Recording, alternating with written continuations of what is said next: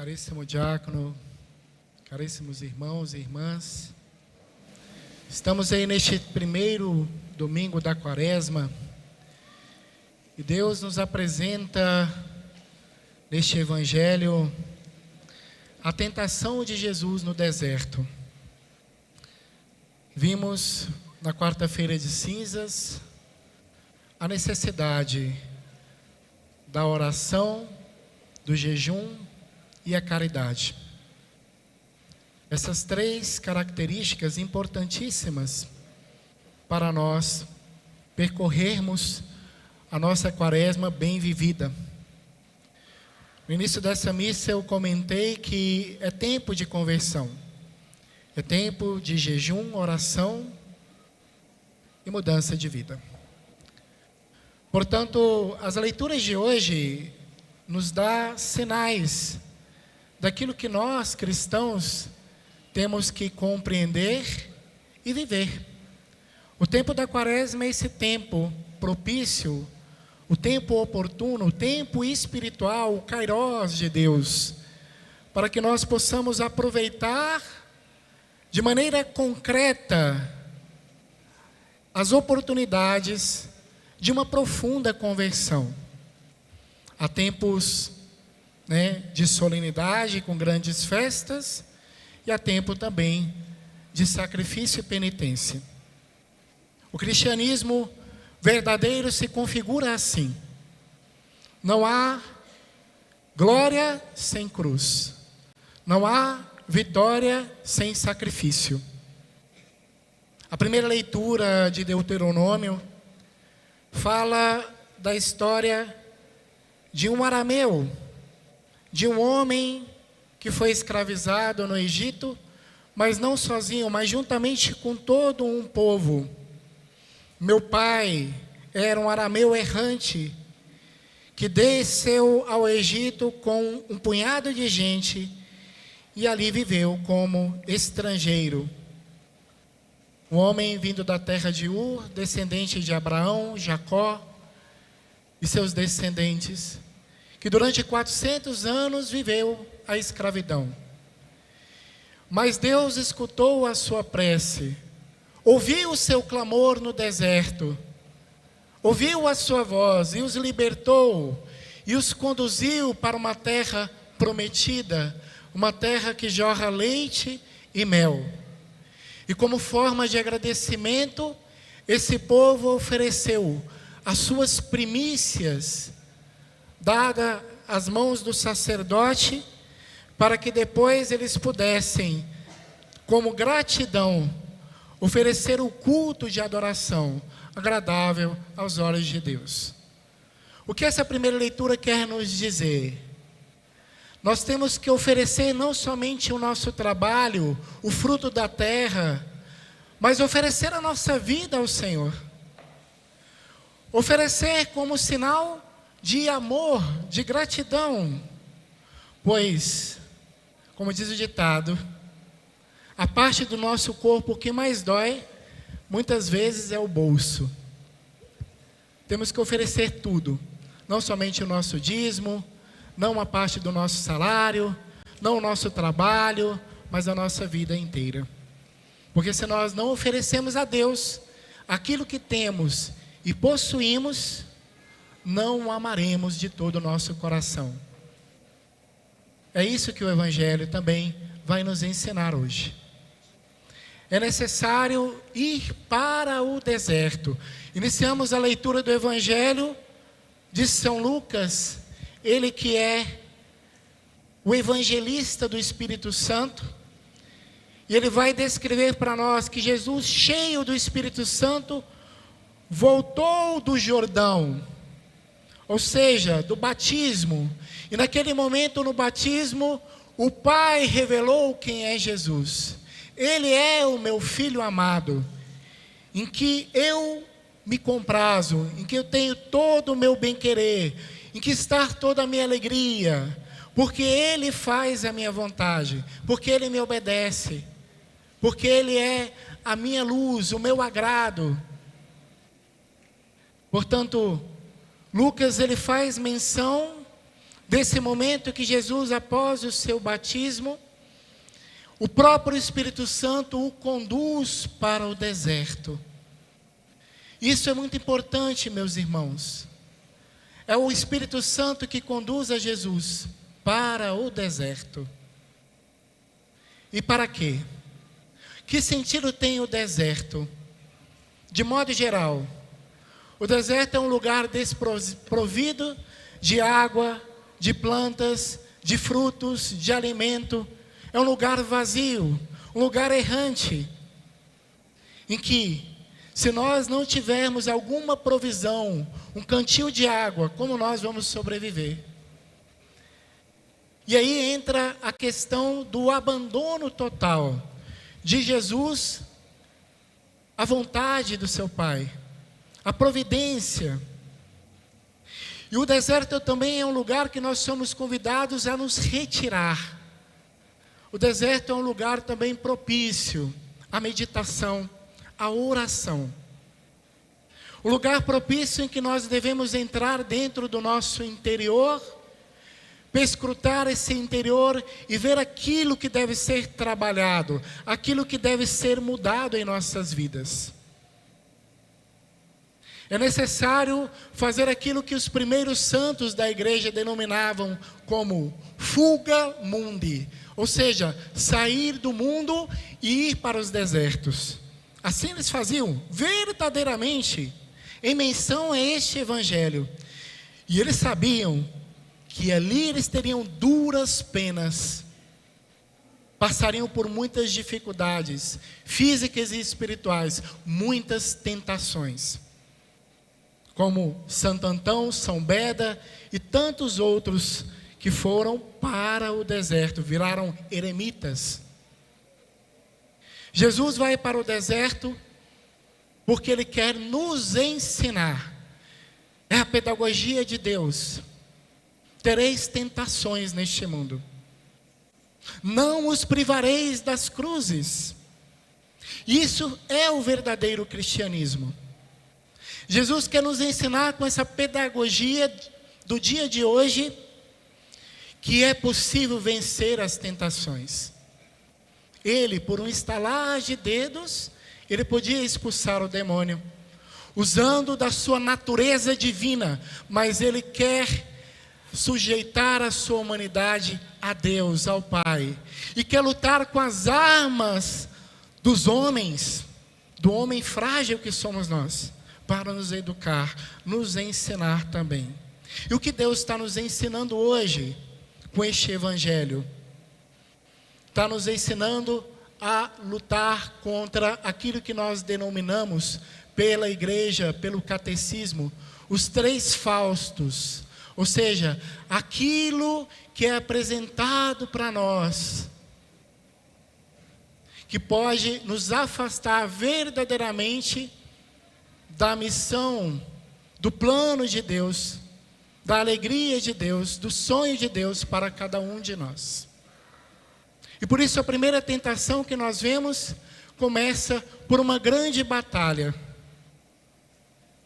Jesus se fez homem, um pouco inferior aos anjos, assim vai dizer as Sagradas Escrituras, exceto no pecado, mas por natureza divina, Ele mesmo quer trabalhar hoje em nós com a sua natureza humana, sem faltar com a ordem de Deus, com os desígnios de Deus. Com essas armas, se aniquila, se faz pequeno. E por isso, essas duas ordens, a primeira batalha no céu, em que Lúcifer, o anjo caído, perdendo, ele começou a fazer guerra contra a humanidade, os nossos primeiros pais. E o que eles ofereceram para ele? Ofereceram o pecado da gula. A Eva, olha aquele fruto, que bonito, podeis comer daquele fruto.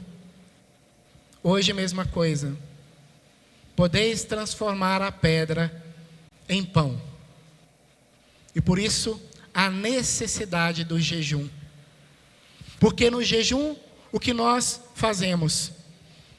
Nos colocamos na condição mesma de Jesus, humana, frágil, totalmente no deserto, dependente da providência de Deus, do auxílio divino, nos fazendo fraco juntamente com Jesus, para vencermos essas batalhas que não são humanas, mas espirituais da nossa vida. O que é transformar a pedra em pão, meu irmão? O que significa transformar a pedra em pão? É crer piamente em tudo aquilo que o mundo nos oferece, que nos sustenta, que nos traz facilidade na vida, que não faz menção à eternidade. São os pães deste mundo, as comodidades, o conforto, carro, bens, amizades, tudo isso são os pães. Tudo aquilo que sacia os nossos sentidos, especialmente também o paladar. E aí entra outros pecados denominados também sexuais da luxúria, proveniente à falta de temperança, de equilíbrio. Ou seja, Deus nos pede essa mortificação, porque há demônios que somente com o jejum poderemos vencer. A segunda tentação que Jesus tem no dia de hoje, que também serve para nós, vai dizer: mostrou um instante todo o reino do mundo, levou ele para um lugar bem alto e ofereceu para ele: eu te darei todo este poder, toda a sua glória, porque tudo isso foi entregue a mim, e eu posso dá-lo a quem quiser. Portanto, se prostrares diante de mim em adoração, tudo isso será teu. A resposta de Jesus: somente ao Senhor adorarás. A concupiscência dos olhos, a concupiscência de tudo possuir. Somente o ser humano tem isso. A avareza, o desejo de tudo ter. A falta de caridade, de generosidade. Por isso se fala também da esmola. Jejum, esmola, oração. Pede a esmola para nós. Esse exercício generoso de despojamento.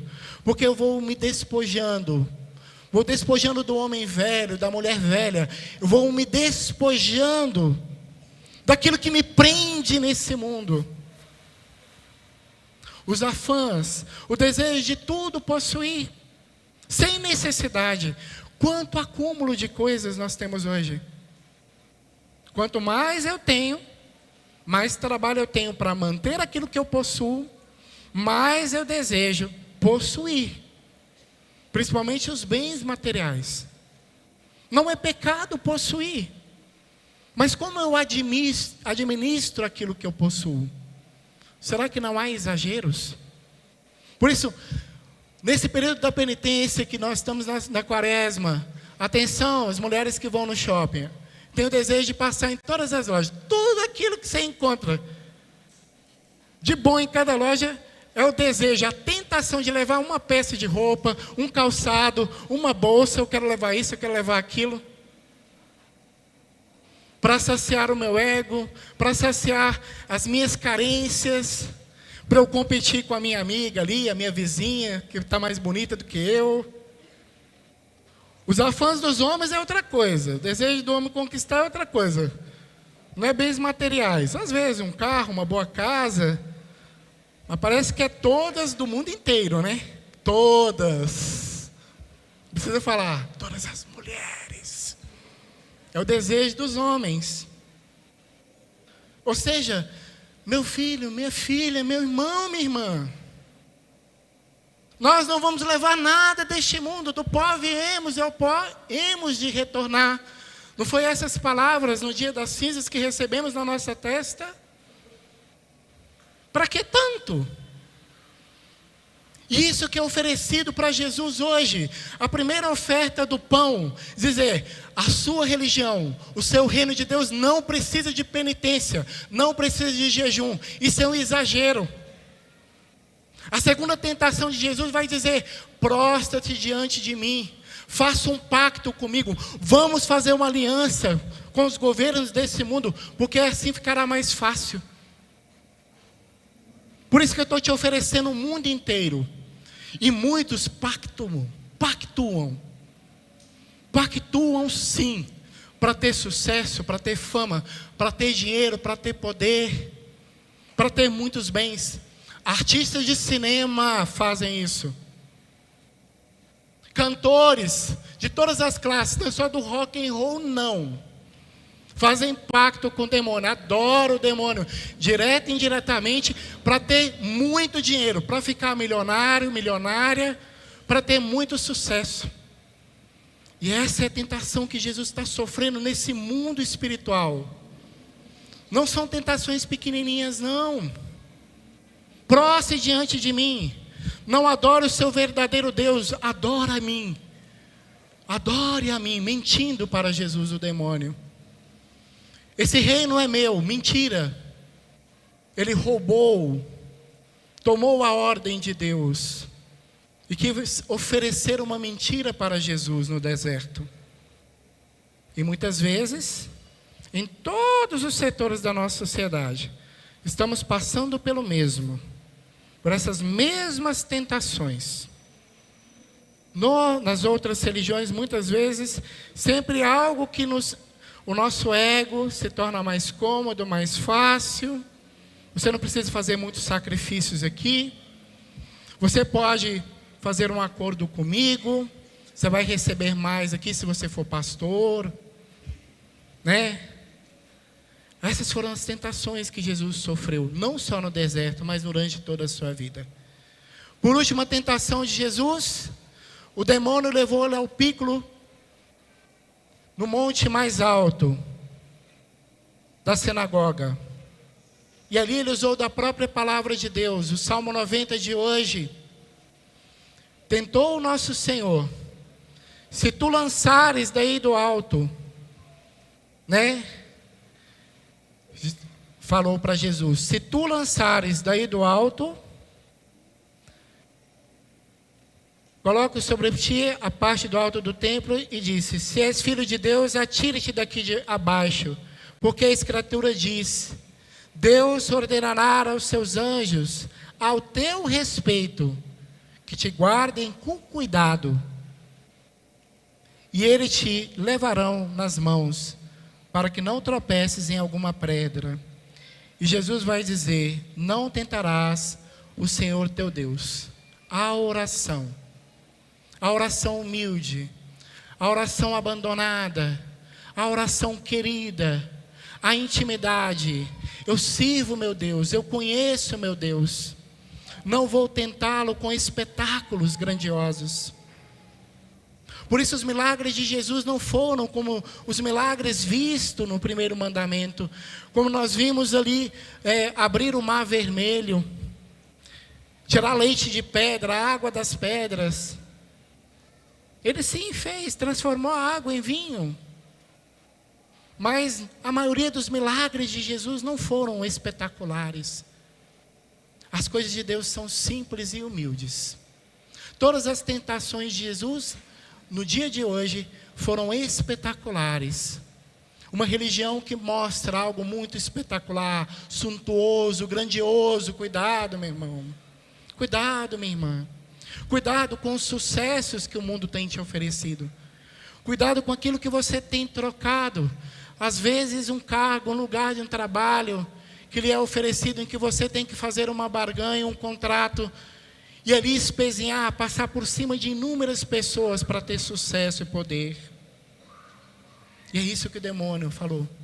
Não aceita a cruz, não aceita as dores, não aceite, né, a fome que tu irás passar durante esses 3 anos, fome de água, de pão mesmo. Jesus, juntamente com seus discípulos, passou muitas dificuldades durante os 3 anos de missão. do reino de Deus. Queremos sim, queremos um reino mais fácil e que chame muito a atenção. Cuidado, temos que ter muita atenção, padres, sacerdotes, religiosos, religiosas, leigos, com aquilo que é muito espetacular na nossa vida. Jesus combate isso também. E combate o orgulho, a soberba, a vaidade com a oração. Queridos irmãos, hoje Jesus quer nos ensinar. Ele não precisou passar por isso. Ele o quis para nos educar na fé. Para mostrar para nós que um cristão autêntico, um cristão maduro na fé, combate o bom combate. E vence. E nós venceremos com Cristo. Porque Ele venceu a morte, Ele venceu também o pecado. E eu quero concluir com essa passagem da carta de São Paulo aos Romanos, que vai dizer para nós: a palavra está perto de ti, em tua boca e em teu coração. Essa palavra é a palavra da fé, que nós pregamos. E após com a tua boca confessares Jesus como Senhor, e no teu coração credes que Deus o ressuscitou dos mortos, serás salvo. Não basta somente a palavra, o discurso. É necessário a minha vida. E quando se fala nas Sagradas Escrituras sobre o coração, está falando de todo o meu ser. Minha memória, minha vontade, minha inteligência, tudo ordenado, para que eu possa não somente oferecer a primícia no domingo, mas que eu possa oferecer todos os dias da minha vida um culto agradável a Deus. O meu louvor, a minha oração, o meu sacrifício e a minha caridade, a minha oferta generosa ao Senhor. Para quê? Para que se complete no corpo de Cristo aquilo que faz falta. Precisamos para nós e também para a salvação dos nossos irmãos fazer nesse tempo jejum, oração e caridade. Louvado seja nosso Senhor Jesus Cristo.